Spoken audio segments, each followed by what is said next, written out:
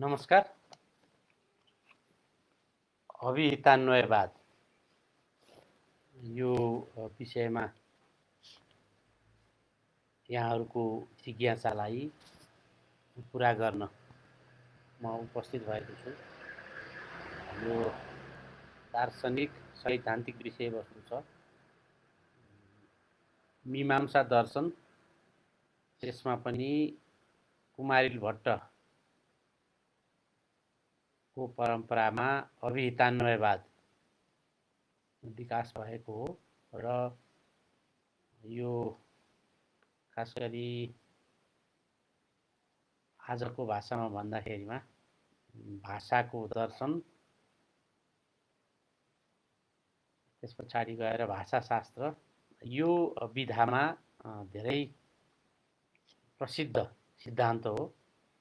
यसलाई हामी अन्य विधाहरूमा पनि प्रयोग गर्न सक्छौँ। पारिस्थितिक सम्भाव्यताको नियमको बेलामा पनि त्यो नियमको परिचर्चा गर्दाखेरि पनि यहाँहरूले अभिहितान्वयवाद उल्लेख भएको सुन्नुभएकै थियो। यो अभिहितान्वयवाद जुन शब्दावली छ, यसमा हामीले टुक्र्याएर हेऱ्यौँ भने तीनवटा शब्दहरू छन्। अर्थात् अभिहितान्वयवाद तीनवटा शब्दहरू मिलेर बनेको छ।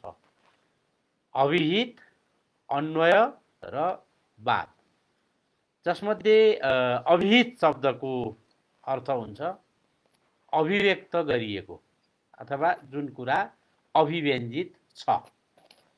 त्यस्तै यसलाई सजिलो तरिकाले भन्दा भनिएको, के भनिएको छ त्यसलाई अभिहित भनिन्छ। कहिएको भन्न सकियो, व्यक्त गरिएको भन्न सकियो, वर्णित जस्तो शब्द अहिले अभिव्यक्त गरिएको जुन शब्द छ यो पनि अभिहित भयो। अब शब्द त हामी धेरैवटा बोल्छौँ र एउटा वाक्यमा धेरैवटा शब्दहरू हुन्छन्। अब त्यो अभिहित शब्दहरू कसरी समन्वित हुन्छन् वाक्यमा र अर्थको एकाइ के हो, यसमा विभिन्न मतहरू रहेका छन्। कसैले शब्दलाई अर्थको एकाइ मान्छन्, कसैले शब्दको पनि सबैभन्दा सानो रूप स्फोट भनौँ त्यसलाई कसरी हेर्ने हो, त्यस्तै वाक्यलाई अर्थको एकाइ मान्ने मतहरू पनि छन्। यसमा ठुलो चिन्तन भएको छ। र अब अन्वय भन्यो भने कुनै दुई वा दुईभन्दा बढी कुराको पारस्परिक सम्बन्ध देखाइयो भने त्यसलाई अन्वय भनिन्छ। यहाँहरूले खास गरी यो संस्कृत भाषाका शास्त्रीय ग्रन्थहरूको अचेल निस्कने संस्करण हेर्नुभयो भने त्यहाँ पहिला मूल श्लोक दिइन्छ, त्यस पछाडि त्यहाँ अन्वय दिइन्छ। अन्वयमा त्यो विभिन्न शब्दहरूलाई टुक्र्याएर एउटा क्रममा राखिएको हुन्छ। भनेपछि कुनै वाक्यमा रहेका पदहरू, यहाँ पद भन्नाले शब्द बुझिन्छ, ती शब्दहरूको सङ्गति मिलाएर अर्थ लगाउने प्रक्रिया हो अन्वय भनेर पनि बुझ्न सकिन्छ। त्यस्तै आलङ्कारिक पदक्रममा व्यक्त भएका पद्यांश वा गद्यांशलाई सामान्य पदक्रममा ढाली भाषा सिकाउने प्रक्रिया पनि अन्वय हो। यो ग्रन्थहरू लेख्दा अथवा साहित्यमा त्यसमा त जो कवि हो, लेखक हो, उसले आफ्नो बौद्धिक क्षमताको सकेसम्म उच्च प्रदर्शन गर्न खोजेको हुन्छ र त्यो जुन अभिव्यक्त गरिएको काव्यिक होस् अथवा अन्य दार्शनिक विषयवस्तुका ग्रन्थहरू हुन्, तिनलाई बुझ्नको लागि त्यो मन्त्रको रूपमा हुनसक्छ, श्लोकको रूपमा हुनसक्छ, गद्यको रूपमा हुनसक्छ, त्यसलाई बुझ्नको लागि टुक्र्याएर र त्यो आलङ्कारिक पदक्रमलाई अथवा आलङ्कारिक हिसाबले गुथिएका शब्दहरूको क्रमलाई सामान्य क्रममा ल्याएर बुझ्न सकिने बनाउने क्रमलाई पनि अन्वय भनेर भनिन्छ। अनि अब अभिहित भनेको अभिव्यक्त गरिएको भनियो, त्यस पछाडि अन्वय भनेको यसरी पारस्परिक सम्बन्ध देखाउने गरी शब्दहरूको क्रमलाई सजिलो रूपमा व्यक्त गर्ने यो भनियो। त्यस पछाडि अब वाद भनेको के हो भने वाद भनेको निश्चित गरिएको कुनै मत वा सिद्धान्त भन्ने बुझिन्छ। त्यस्तै यो निरूपित कथन पनि हो। निरूपण कसरी गर्ने भन्दाखेरि त्यसका आफ्ना विभिन्न विधिहरू हुन्छन्। अब त्यस्तै वैचारिक दृष्टिकोणयुक्त निष्कर्ष पनि वाद हो भने सामान्यकृत वैचारिक कथन भनेर पनि वादलाई बुझ्न सकिन्छ। यसरी अभिहितान्वयवाद जुन आचार्य कुमारिल भट्टको परम्परामा प्रसिद्ध छ र भाषाशास्त्रमा अथवा यतापट्टि भाषाको दर्शनमा असाध्यै प्रसिद्ध रहेको छ। त्यो अभिहितान्वयवादमा रहेका तीनवटा शब्दहरूको अलग अलग अर्थ हामीले बुझ्यौँ। अब ती सबैलाई एकैपटकमा भन्दाखेरिमा अभिहितान्वयवादले शब्द अथवा पदहरूको संयोजनबाट निर्मित वाक्यको अर्थबोध कसरी हुन्छ भन्ने व्याख्या प्रदान गर्छ। वाक्यमा रहेका शब्दहरूले अभिहित गरेका अर्थहरू अथवा पदार्थहरूको अन्वयबाट लक्षण या वाक्यार्थ प्राप्त हुन्छ भन्ने मान्यता यस सिद्धान्तले अगाडि सारेको छ। अभिधा, लक्षणा, व्यञ्जना यसरी हुन्छ। तर हामीले बुझ्नुपर्ने कुरा के हो भने अभिहितान्वयवादमा पुगिसक्दाखेरिमा त्यो लक्षणया जुन अर्थ प्राप्त हुन्छ त्यसलाई तात्पर्यार्थ भनेर भनिन्छ। अब कुमारिल भट्टले वाक्यलाई अर्थबोधको एकाइका रूपमा व्याख्या गर्नुभएको छ। यसको पुष्टिका लागि हामी श्लोकवार्तिक ग्रन्थको वाक्यार्थ प्रामाण्याधिकरण हेर्न सक्छौँ। वैदिक सन्दर्भमा शब्द, अर्थ र शब्दार्थ सम्बन्ध जस्तै वाक्यहरूलाई पनि नित्य मान्ने मीमांसा मत रहेको छ। वैदिक वाक्यहरूको सन्दर्भमा यो कुरा गरिएको छ। धर्मज्ञानको साधनका रूपमा जो वैदिक विधि छ त्यो वाक्यात्मक भएकाले शब्दार्थ सम्बन्धलाई जसरी नित्य सिद्ध गरिएको छ उसरी नै वाक्यलाई पनि नित्य सिद्ध गरिएको हो। अन्यथा वैदिक विधिवाक्य मा जुन धर्मज्ञानको साधन भनेर तिनीहरूलाई मान्ने गरिन्छ त्यो नित्यता भएन भने त्यसरी मान्ने आधार नहुने अवस्था हुन्थ्यो। तिनीहरूलाई नित्य सिद्ध गरिएको छ। त्यसो भएको हुनाले तिनीहरू धर्मज्ञानको साधन हुन्। जुन चोदना लक्षणहरू धर्म भन्दा जुन चोदना आयो त्यो चोदना अथवा प्रेरणा भनौँ न त्यो कसरी आउँछ भन्दाखेरि सर्वसाधारण जीवनमा पनि आउँछ, कुनै लौकिक शास्त्रीय ग्रन्थहरूबाट पनि आउँछ, त्यस्तै स्मृतिहरूबाट पनि आउँछ। तर मीमांसा परम्परामा त्यहाँ श्रुतिको कथनलाई परम प्रमाण मानिएको छ। शबर लगायतका मीमांसकहरूले वैदिक विधिवाक्यहरूको नित्यता सिद्ध गरेको हामी पाउँछौँ। जैमिनीले सूत्र ग्रन्थ लेख्नुभयो मीमांसा दर्शनको, त्यसमा भाष्य जैमिनीले लेख्नुभयो र वार्तिकमा आचार्य कुमारिल भट्टको वार्तिकको हामी कुरा गर्दैछौँ। यद्यपि मीमांसामा अन्य मतहरू पनि नरहेका होइनन्।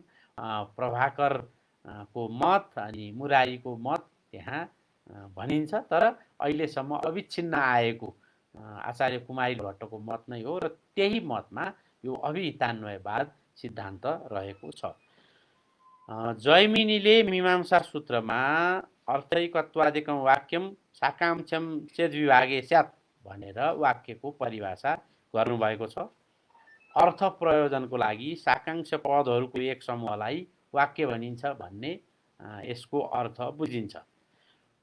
यसरी एक आपसमा सम्बद्ध रहेका शब्दहरूको जुन समूह छ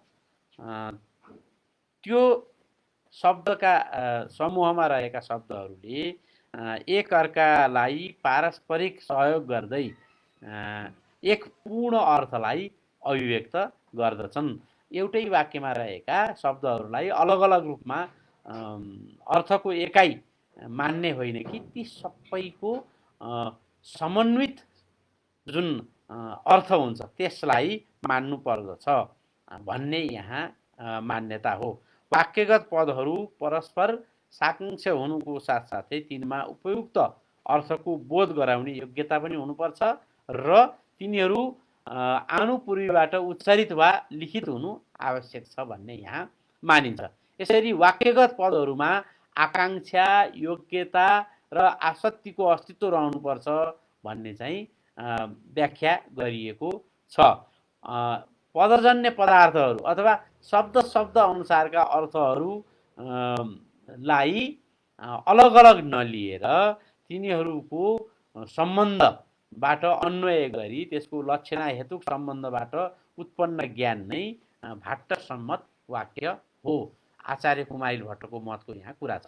जैमिनीका मतमा वाक्यमा आफ्नो आफ्नो नियत अर्थहरूले युक्त पदहरूको एक क्रियापरक शब्दको साथमा मिलेर उच्चारण हुन्छ र पुरै वाक्यको अर्थ सोही क्रियापरक शब्दमाथि आश्रित हुन्छ। कुनै वाक्यमा क्रियावाचक शब्दका साथसाथै भूतार्थवाचक शब्द पनि संयुक्त उच्चारण भएको अवस्था छ, जसलाई समाम्नाय भनिन्छ।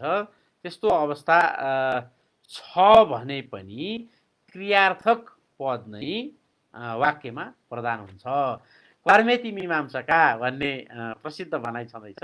मीमांसकहरू कर्मलाई प्रधान मान्दछन्। त्यसो भएको हुनाले वाक्यमा पनि क्रियार्थक जुन शब्द हो त्यो नै मुख्य हो र अन्य शब्दहरू त्यहाँ साथमा आएका हुन्छन्। क्रियाको अर्थ के हो त भने साध्य, साधन तथा इति कर्तव्यताबाट विशिष्ट भावना दिने जुन शब्द हो, जुन प्रक्रिया हो, जुन परिघटना हो, त्यसलाई क्रिया भनिन्छ। भनेपछि क्रिया हुनको लागि साध्य आवश्यक पर्यो, साधन आवश्यक पर्यो र चाहिँ इति कर्तव्यता त्यहाँ हुनु पर्यो। अब यसको थप व्याख्याको लागि भावना सिद्धान्त रहेको छ, जुन आज म चर्चा गर्दिनँ, अर्को कुनै सन्दर्भमा चर्चा गर्छु। यहाँहरूलाई विशेष रुचि भएमा महान दार्शनिक कुमारिल भट्ट र भाट्टमीमांसा दर्शनको संक्षिप्त परिचय भन्ने जुन पुस्तक छ त्यो पुस्तकमा भावना सिद्धान्तको पनि परिचर्चा गरिएको छ, अभिहितान्वयवादको पनि परिचर्चा गरिएको छ। अब यसरी वाक्यान्त अन्तर्गत आएका पदहरूका अर्थहरूभन्दा भिन्न वाक्यार्थ हुँदैन। ती जुन शब्दहरू हुन् तिनीहरूको समष्टि जुन अर्थ हो त्यो अर्थ मिलिसकेपछि बन्ने तात्पर्यार्थलाई यहाँ महत्त्व दिइएको छ। पदहरूका अर्थभन्दा वाक्यार्थलाई अलग अथवा पृथक सिद्ध गर्ने पनि मत रहेको छ, तर त्यस्तो मतलाई मीमांसा दर्शनमा मानिँदैन। मीमांसा दर्शनमा पनि फेरि प्रभाकरको अन्विता विधानवादको अर्कै छ। यहाँ म अभिहितान्वयवादको कुरा गर्दैछु। यहाँसम्म कि वाक्यको अन्तिम अक्षरमा पनि स्वतन्त्र रूपले पदार्थ भिन्न अथवा पदहरूका अर्थभन्दा भिन्न अर्थ दिने शक्ति हुँदैन। त्यसलाई समन्वित रूपमा नै हेर्नुपर्छ भनिएको हुनाले यो अभिहितान्वयवाद भन्ने अभिहित र अन्वयबाट यसले भन्न खोजेको कुरा बुझ्न सकिन्छ। वास्तवमा वाक्यार्थको बोध गराउने समयमा वाक्यका सबै शब्द आफ्ना आफ्ना अर्थ बताएर त्यस पछाडि तिनीहरूको प्रयोजन सकिन्छ र ती सबै जुन ज्ञात भइसकेका हुन्छन् ती सबैलाई अन्वय गरेर अथवा ती सबैको समन्वित अर्थ नै बुझ्नु पर्छ। अब यो भाषाको दर्शनमा अथवा भनौँ न भाषाशास्त्रमा गहन चिन्तनको विषयवस्तु यो छ।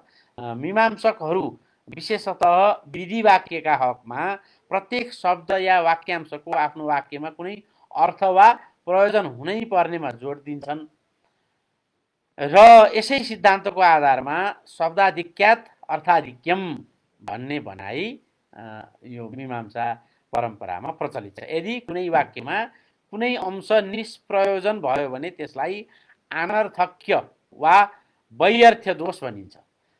वाक्य बोल्दाखेरिमा त्यसको ठ्याक्कै अर्थ नहुने गरी कुनै उच्चारण गरियो, कुनै शब्द नै त्यहाँ आयो भने त्यसलाई दोष मानिन्छ।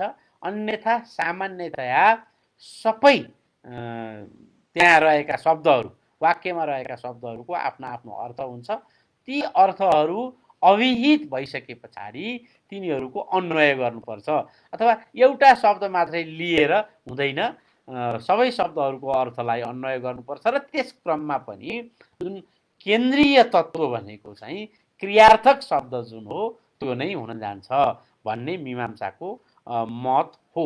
वाक्यको सम्पूर्ण सार्थकतालाई उजागर गर्नु नै जैमिनीले वैदिक वाक्यका पाँचै भागहरूको उल्लेख गरेर अनि तिनीहरूको सार्थक्य स्थापना गर्न खोजिएको हो भन्ने हामीले बुझ्नुपर्छ। वैदिक वाक्यका पाँचै भाग भन्नाले विधि पहिलो भयो, मन्त्र दोस्रो भयो, नामधेय तेस्रो भयो, निषेध चौथो भयो र अर्थवाद पाँचौँ भयो। यिनीहरूको थप व्याख्या हामी अन्य कुनै सन्दर्भमा गरौँला। यी पाँचै भागहरू हुन्छन् र यी पाँचै भागहरू सार्थक हुन्छन् अथवा यिनीहरूको प्रयोजन हुन्छ, निष्प्रयोजन वाक्यमा यिनीहरू आएका होइनन् भन्ने कुरामा जोड दिइएको छ र ती सबैको अन्वय गरिसके पछाडि आउने अर्थलाई यहाँ जोड दिएको छ। यसरी शब्दहरूका अर्थको समष्टिबाट नै वाक्यार्थ गरिन्छ भन्ने मत सबर-स्वामीको हो। जैमिनीको मतलाई नै सबर-स्वामीले भाष्य मार्फत थप प्रश्न पार्नु भएको हो र आचार्य कुमारी भट्टका चिन्तन परम्परामा शब्दहरूको संयोजनबाट निर्मित वाक्यको अर्थबोध कसरी हुन्छ भन्ने व्याख्या गर्नको लागि अभिहितान्वयवाद नामक सिद्धान्त अगाडि सारिएको। अगाडि जो जैमिनीले सूत्र रूपमा भन्नुभयो, सबरले त्यसको केही व्याख्या गर्नुभयो, त्यसैलाई स्थिर गरेर निरूपित गरेर सिद्धान्तको रूपमा अभिहितान्वयवाद आचार्य कुमारी भट्टले प्रस्तुत गर्नुभएको हो भन्ने हामीले यो चर्चा गऱ्यौँ। अब अभिहितान्वयवाद अघि भने जस्तै अभिहितान्वयवादले शब्द अथवा पदहरूको संयोजनबाट निर्मित वाक्यको अर्थबोध कसरी हुन्छ भन्ने व्याख्या प्रदान गर्छ। वाक्यमा निहित पद शब्दहरूले अभिहित गरेका अर्थहरू जसलाई पद अर्थ भनेर पदार्थहरू भनियो, त्यसको अन्वयबाट लक्षण या वाक्यार्थ प्राप्त हुन्छ भन्ने मान्यता यस सिद्धान्तले अगाडि सारेको हो। कुमारिल भट्टले वाक्यगत शब्दहरू नै वाक्यार्थका आधार भएका, तर त्यो जुन अर्थ हो त्यो उक्त वाक्यमा निहित शब्दहरूबाट सोझै नभई शब्दार्थहरूबाट र तिनीहरूको अन्वयबाट हुने कुरा बताउनु भएको छ। यस्ता वाक्यार्थलाई तात्पर्यार्थ भनेर भनिन्छ। अब यहाँहरूले सुन्नुभएकै हुनसक्छ, शब्दका अर्थ कसरी लगाउने भन्दाखेरिमा अभिधा, लक्षणा, व्यञ्जना भन्ने सुन्नुभएको हुनसक्छ। यो तात्पर्यार्थ लक्षणासँग नजिक छ, तर लक्षणा भन्दा यो फरक के छ भने यसमा चाहिँ सबै शब्दहरू जुन वाक्यमा निहित छन् तिनीहरूको निहित शब्दहरूबाट नभइकन शब्दार्थबाट र ती शब्दार्थहरूको अन्वय गरिसकेपछि मात्रै वाक्यको अर्थ आउँछ भन्ने मानिएको छ। यसरी अभिहितान्वयवादले तात्पर्यार्थलाई अगाडि सार्छ भन्ने कुरो हामी थाहा पाउन सक्छौँ। अभिहितान्वयवादबारे प्रशस्त चिन्तन भएको छ। संस्कृत वाङ्मयमा हामीले हेऱ्यौँ भने यो प्रशस्त चिन्तन गरिएको कुरा हो। चाहे त्यो काव्यशास्त्रमा होस्, चाहे त्यो वाक्यशास्त्रमा होस्, ती सबैमा भाषाको दर्शन भनेर जसलाई भन्न सकिन्छ त्यहाँ यो असाध्यै चिन्तन गरिएको विषयवस्तु हो, जसमा अभिहितान्वयवाद भनेको शास्त्र दीपिका अनुसार हेऱ्यो भने अभिहितानां पदै अभिहितानां पदार्थानां अन्वय अभिहितान्वय, अर्थात् अभिहित अथवा व्यक्त गरिएका, बोलिएका अथवा लेखिएका भनौँ होइन, अभिव्यक्त गरिएका शब्दहरूका अभिहित पद अर्थ पदार्थहरूको अन्वयबाट वाक्यको अर्थ गर्नु नै अभिहितान्वय हो। अभिहितान्वयवादलाई प्रस्ट्याउन मानमेयोदयमा चर्चा गरिएको छ कि पदार्थले लक्षणावृत्तिद्वारा वाक्यार्थको बोध गराउँछन्, किनभने वाच्यार्थको अन्यथा अनुपपत्तिबाट लक्षणा हुन्छ। पदहरूद्वारा स्मर्यमाण गवादी पदार्थ यदि परस्पर अन्वय बिना नै सामान्य अर्थ पर्यवसायी मानिने हो भने तब पदहरूको व्युत्पत्तिका आधारमा त्यो व्युत्पत्तिको जुन समय हुन्छ त्यो समयमा अवधारित एक विशिष्ट अर्थ तात्पर्य अर्थमा सम्भव रहन सक्दैन। अलिकति जटिल जस्तो भएको हुनसक्छ, यो सैद्धान्तिक दार्शनिक विषयवस्तु छ। यसलाई सहज रूपमा भन्दाखेरिमा पदहरूको वाच्यार्थको उपपत्ति तब मात्र हुनसक्छ जबकि तिनीहरू एक विशिष्ट अर्थमा जोडिएका हुन्, समन्वित भएका हुन्। एउटै वाक्यमा रहेका शब्दहरूको अलग अलग अर्थ मान्ने हो र शब्दलाई नै अर्थको एकाइ मान्ने हो भने त्यो वाक्यले दिन खोजेको समष्टि सन्देश के हो भन्ने अस्पष्ट हुन जान्छ। त्यसलाई स्पष्ट हुनको लागि तिनीहरूको अन्वय गर्नु जरुरी हुन्छ। यसरी कुमारिल भट्टको मतमा पदहरूको अर्थ अर्थात् पदार्थ स्मृति सिद्ध र वाक्यार्थ चाहिँ लक्षणा सिद्ध मानिन्छ। यहाँ अभिधा अर्थ व्यञ्जनार्थ भन्दा पनि लक्षणार्थ, तर त्यो लक्षणाको पनि अन्वय भई समष्टि आउने भएको हुनाले त्यसलाई अब लक्षणा अर्थ मात्रै भनेर पुग्दैन, त्यसलाई चाहिँ तात्पर्यार्थ भनेर भनिन्छ। यसरी अभिहितान्वय भन्नाले शब्दहरूबाट पृथक पृथक अभिहित अर्थहरूको अन्वय गर्नु भन्ने बुझिन्छ। अभिहित जो भए, व्यक्त जो भए, तिनीहरूलाई अन्वय गर्ने अथवा तिनीहरूलाई जोड्ने, तिनीहरूको समष्टि अर्थ के हो भनेर हेर्ने हो। अर्थात् पदबाट अवगत भएका पदार्थ फेरि परस्परमा अन्वय हुन्छन् एवं अभिहित शब्दहरूका अभिहित अर्थहरूको अन्वयबाट वाक्यको अर्थ गर्नुपर्छ भन्ने यसको निहितार्थ हो। पूर्वं पदै अर्था अभिधिन्यते अनन्तरं तेषाम् अन्वय भाषते इत्येवंवाद एव अभितान्वयवाद भनेर भनिएको छ। जुन जहाँ चाहिँ शब्दहरूद्वारा अभिहित भएका अर्थहरूको परस्पर अन्वय चाहिँ कसरी गर्ने त भन्दा यसमा एउटा नियम छ। आकांक्षा, योग्यता र सन्निधिको आधारमा हुन्छ। अभिहितान्वयवाद एक समस्त पद हो। यो जुन पदावली छ अथवा यो शब्दावली छ, यसको समास गर्दाखेरिमा चाहिँ अभिहितानाम भनेको पदै शक्त्या उक्तानाम अन्वयस्य, अन्वय भनेको चाहिँ सम्बन्धस्य वादः अभिहितान्वयवादः भनेर यसरी अर्थ गरेको पाइन्छ। यस तरहले अभिहितान्वयवादको संक्षेप यति नै हो कि वाक्यमा रहेका जुन घटक शब्दहरू हुन् तिनीहरूको अर्थ लिनुपर्छ र अनन्तर त्यसरी अर्थ लिइसके पछाडि तिनको पारस्परिक सम्बन्ध कुनै अन्य साधनको सहयोगबाट भाषित हुन्छ भनेपछि त्यहाँ चाहिँ जुन क्रियार्थक शब्द हो त्यसलाई केन्द्रमा राखेर गरिने अर्थसँग यो सम्बन्धित छ।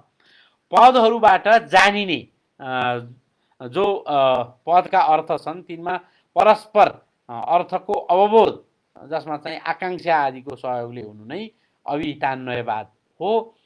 तथा पदार्थहरूको सामर्थ्य साक्षात् पदहरूबाट नै बोधित हुने तथा पदार्थहरूको अवधारणा अन्वय र व्यतिरेकबाट हुने कुरा यहाँ रहेको छ। पदहरूबाट बोधित जो पदका अर्थ छन् तिनको अन्वय आकांक्षा, योग्यता, सन्निधि आदिबाट स्वतः हुन्छ र त्यस हिसाबले हेर्दाखेरिमा चाहिँ यो विधि वाक्यहरूका साथसाथै लौकिक वाक्यहरूमा पनि यो कुरो चाहिँ अवलम्बित हुन्छ भन्ने चाहिँ तर्क गरिएको छ। अभिहितान्वय शब्दले पदहरूबाट अभिहित पद अर्थ अनि आकांक्षा, योग्यता, आसक्तिले विशिष्ट भएर लक्षणाद्वारा वाक्यार्थको बोध गराउने, यसरी तात्पर्यार्थमा पुर्याउने कुरालाई व्यक्त गर्दछ र कुमारिलका अनुसार शब्दले विचारहरूलाई अभिव्यक्त गर्छन् तथा सोही पदका अर्थहरूलाई नै अन्वय अथवा सम्बन्धलाई व्यक्त गर्न समर्थ हुन्छन् जसलाई वाक्यार्थ भनिन्छ।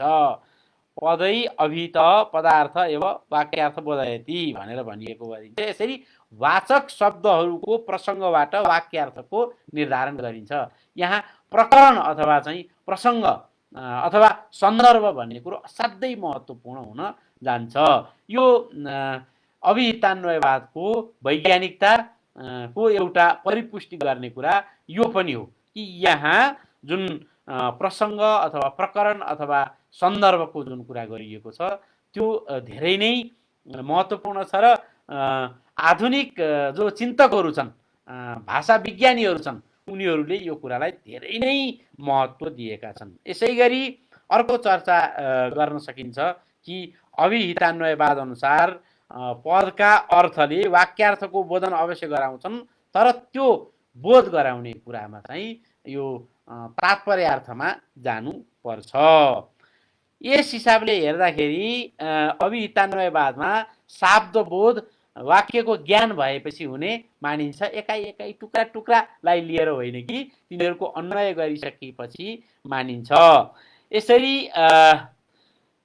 अभिहितान्वयवादमा वाक्यमा रहेका पदहरूको अथवा शब्दहरूको शुद्ध जुन अनन्वित अथवा छुट्टा छुट्टै जुन डिसएग्रिगेटेड भनिन्छ नि त्यो अर्थ पनि जान्नुपर्छ र तिनलाई फेरि समन्वय पनि गर्नुपर्छ। तिनीहरूको परस्परको सम्बन्धबाट यो चाहिँ नि वाक्यार्थ निकाल्नुपर्छ। यसरी अभिहितान्वयवादी मत अनुसार वाक्यमा प्रत्येक पदको पृथक पृथक अभिधान हुन्छ, तर त्यो पृथक पृथक अभिधान भए तापनि वाक्यार्थ गर्दा तिनीहरूको अर्थलाई अन्वय गर्नुपर्छ र सोही अन्वित अर्थहरूले नै समष्टिमा लक्षण या वाक्यार्थ प्रदान गर्दछन्, जसलाई तात्पर्य अर्थ भनेर भनिन्छ। अब यहाँसम्मको कुरामा हामी विशुद्ध जुन भाषा चिन्तनको कुरा गर्दै थियौँ, वाक्यार्थ चिन्तनको कुरा गर्दै थियौँ, त्यसलाई कतिपयलाई जसको यो मीमांसा दर्शनमा प्रवेश नहुँदा केही जटिल जस्तो लाग्न सक्छ, तर अब समाजको सन्दर्भमा ल्याएर यसलाई हामी हेर्न सक्छौँ। अघिल्लोपल्ट जुन पारिस्थितिक सम्भाव्यताको नियमको कुरा गर्दाखेरिमा मैले भनेको थिएँ कि यो पारिस्थितिक सम्भाव्यताको नियममा बहुलता, त्यहाँ हुन सक्ने जुन अनेक सम्भावना हो त्यो सबै सम्भावनाहरूलाई हेर्नुपर्छ भनेको थियो। यो त्यसको आधार चाहिँ हामी अभिहितान्वयवादबाट पनि लिन सक्छौँ भनेर त्यहाँ मैले उल्लेख गरेको थिएँ। अब यहाँ अभिहितान्वयवादकै सन्दर्भमा कुरा गर्दाखेरिमा जुन अभिहित र अन्वयको कुरा छ, यो कुरा बडो महत्त्वपूर्ण छ र यसलाई भाषाशास्त्रमा मात्रै वाक्यार्थको प्रकरणमा मात्रै होइन कि हामी समाजशास्त्रमा पनि लिन सक्छौँ, राजनीतिशास्त्रमा पनि लिन सक्छौँ, अर्थशास्त्रमा पनि लिन सक्छौँ। अब यसले के गर्छ त भन्दाखेरिमा जस्तो समाजमा त एक मात्रै जात, एक मात्रै जाति, एक मात्रै समुदाय, एक मात्रै सम्प्रदाय, एक मात्रै प्रजाति, एक मात्रै भाषाभाषी त हुँदैनन्। त्यसो भएको हुनाले अब अभिहितान्वयवादलाई यदि हामीले त्यहाँबाट ल्याएर त्यसलाई थप बृहद सामान्यकरणसहित बुझ्ने हो भने त्यो वाक्यार्थको सन्दर्भमा भनेको कुरालाई समाज विज्ञानका सन्दर्भमा पनि हामी बुझ्न सक्छौँ। समाजमा पनि जुन एकाइहरू हुन्छन् त्यो एकाइहरू सबै महत्त्वपूर्ण हुन्छन्। ती प्रत्येक एकाइको अनन्वित अथवा डिसएग्रिगेटेड कुन अवस्था छ त्यो पनि हामीले हेर्नुपर्छ। भनेपछि तिनीहरूको भाषा, तिनीहरूको संस्कृति, तिनीहरूको सम्पदा, तिनीहरूको संस्कार, तिनीहरूले मान्ने जुन आस्था छ, जुन पूजा पद्धति छ, अथवा चाहिँ सामाजिक रूपमा परिवारको सम्बन्ध, त्यहाँ अब बडघर होला, गुठी होला, कुल होला, के होला, त्यसको सम्बन्ध, त्यो सबैलाई पृथक पृथक रूपमा पनि हेर्नुपर्छ र त्यो पृथक पृथक रूपमा तिनीहरूको जुन पहिचानको आकाङ्क्षा हो त्यसलाई पनि लिनुपर्छ। भने जब हामी समाजको कुरा गर्छौँ, राष्ट्रको कुरा गर्छौँ, त्यसमा चाहिँ त्यसको अन्वित अथवा समन्वित अथवा ती सबैलाई सहृदयताको सम्बन्धमा जोडेर हामीले हेर्नुपर्छ। अब त्यो पृथक पृथक एकाइको महत्त्व पनि छ, सँगसँगै ती पृथक पृथक एकाइ जहिले पनि समष्टिमूलक हुने हुन् भन्ने कुरा पनि बुझ्नुपर्छ। यसरी हामी हेरौँ त राष्ट्रको परिभाषा गर्दाखेरिमा पनि जुन समष्टिमूलक परिभाषा गर्ने हो भने अहिले नेपालको संविधानले पनि त्यो गरेको छ। त्यसमा अझै सैद्धान्तिक प्रखरता हुने हो भने यता राज्य राष्ट्र सिद्धान्त अनुसार गरेको राष्ट्रको परिभाषा हेरौँ त त्यहाँ कसरी भौगोलिक विविधतादेखि, सांस्कृतिक विविधतादेखि, जातीय विविधतादेखि, भाषिक विविधतादेखि हुन सक्ने जति सबै विविधताहरूलाई पहिचान पनि गर्ने, त्यसको सम्मान पनि गर्ने, पहिचानको संस्कृतिबाट त्यसलाई समन्वित गर्ने र यता यथा चाहिने राज्यमा समन्वित भइसके पछाडि राष्ट्रको परिभाषा गर्दाखेरिमा चाहिँ समष्टिमूलक परिभाषा गर्ने भनेर जुन भनियो त्यो कुराको प्रेरणा अभिहितान्वयवादबाट हामीले लिएका छौँ भन्ने कुरा हामीले बुझ्नु पर्यो। र त्यो जुन अभिहितान्वयवादमा अभिहित पदहरू सबैलाई पहिचान गर्नुपर्ने छ त्यो कुरासँग जोडिएको छ पारिस्थितिक सम्भाव्यताको नियम कि त्यो सम्भावना चाहिँ एक मात्र विकल्पको होइन कि अनेकौं विकल्पहरूको हुनसक्छ र ती सबैलाई हेर्नुपर्छ भनिए जस्तै यतापट्टि यो अभिहितान्वयवादमा के भनियो त भन्दा एउटा वाक्यमा रहेका सबै पदहरू यो वा त्यो होइन प्रत्येक पदलाई हेर्नुपर्छ, तिनीहरूको अर्थ विचार गर्नुपर्छ। ती सबै अर्थहरूको विचार गरिसके पछाडि ती पदार्थहरूको अन्वय गर्नुपर्छ भनेर मानियो।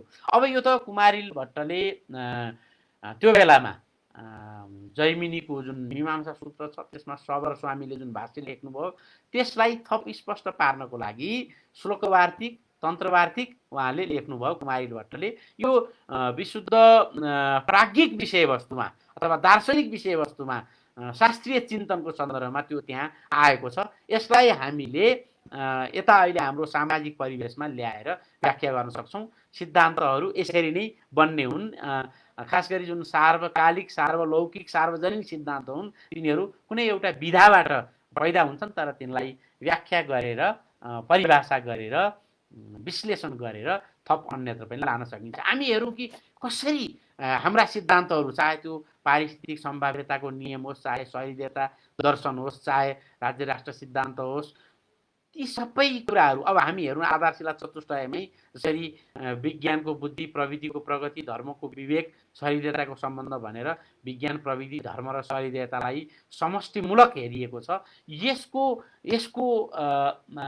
पनि हामी अन्तर्यमा गएर हेऱ्यौँ भने जुन यतापट्टि वैदिक सनातन हिन्दू, बौद्ध, बोन, जैन, किराँती लगायतका पद्धतिहरूमा समष्टिमूलक हेर्नुपर्ने, समन्वय गर्नुपर्ने, त्यो पार्थक्य वैभिन्न अथवा चाहिँ द्वन्द्वमा नजाने त्यसलाई जोड्ने पद्धति जुन हो त्यसको आधारबिन्दु कति सुन्दर तरिकाले, कति सार्थक तरिकाले हामी कुनै एउटा विधामा गएर हेर्दाखेरिमा पनि त्यो भाषा चिन्तनको क्षेत्रमा, भाषाको दर्शनको क्षेत्रमा अथवा चाहिँ जुन आजको तरिकाले भन्दाखेरिमा यो वाच्यार्थको सन्दर्भमा समेत, भाषाशास्त्रको सन्दर्भमा समेत त्यहाँ रहेको हामी देख्छौँ। त्यसैलाई अर्थ विस्तार गर्दाखेरिमा, त्यसैलाई थप सामान्यीकरण हुँदै जाँदाखेरिमा हामी समाजको सन्दर्भमा पनि यो कुरा भन्न सक्छौँ। अब यसको अर्थ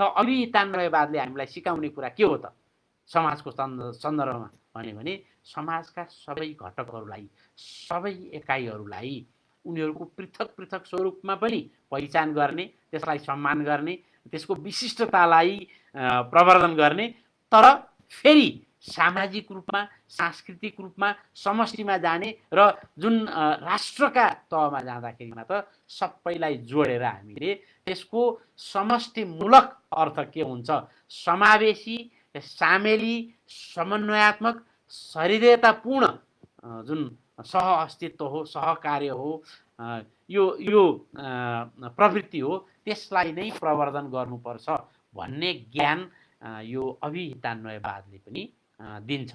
वास्तवमा यो अभिहितान्वयवादले हाम्रो चिन्तन पद्धति यति गहन रूपमा अथवा यति आधारभूत रूपमा यसले सम्बोधन गर्दछ कि यहाँ त हामीले दैनन्दिन जीवनमा कसरी बोल्दछौँ र त्यो बोलिएका शब्दहरू कसरी गुथिएका हुन्छन्, कसरी जोडिएका हुन्छन् र ती वाक्यहरूको अर्थ एक आपसमा हामीले कसरी लिने हो, जसले गर्दाखेरिमा हाम्रा बिचमा सफल सञ्चार, सार्थक संवाद हुन सम्भव हुन्छ। र जब हामी सफल सञ्चार गर्छौँ, सार्थक संवाद गर्छौँ, त्यस पछाडि एक आपसमा भएका साझे कुराहरू के हुन् भन्ने पनि पहिचान हुन्छन् र एक आपसमा यदि केही समस्याहरू छन् भने ती कुराहरू पनि पहिचान हुन्छन्। जसरी त्यहाँ वाक्यको समष्टि अर्थ मिलेर सफल सञ्चार हुन्छ, त्यसरी नै त्यही सिद्धान्तलाई यदि सिक्यौँ र हामीले समाजमा, राजनीतिमा, अर्थतन्त्रमा, शिक्षातन्त्रमा प्रयोग गर्न सक्यौँ भने त्यसले पनि एउटा सौहार्दपूर्ण, सामञ्जस्यमूलक, सामेली, समावेशी, सहृदयतापूर्ण समाधान समाजको लागि दिन सक्छ। त्यसो भएको हुनाले हामीले अभिहितान्वयवादलाई यसको आधारभूत रूपमा जुन भाषाशास्त्रमा अध्ययन गर्नुपर्ने हो, अनुसन्धान गर्नुपर्ने हो, परीक्षण गर्नुपर्ने हो, त्यो त गरौँ नै, त्यो त आधारभूत कुरो हुँदै हो, यत्रो शताब्दीौँदेखि हुँदै आइरहेकै छ।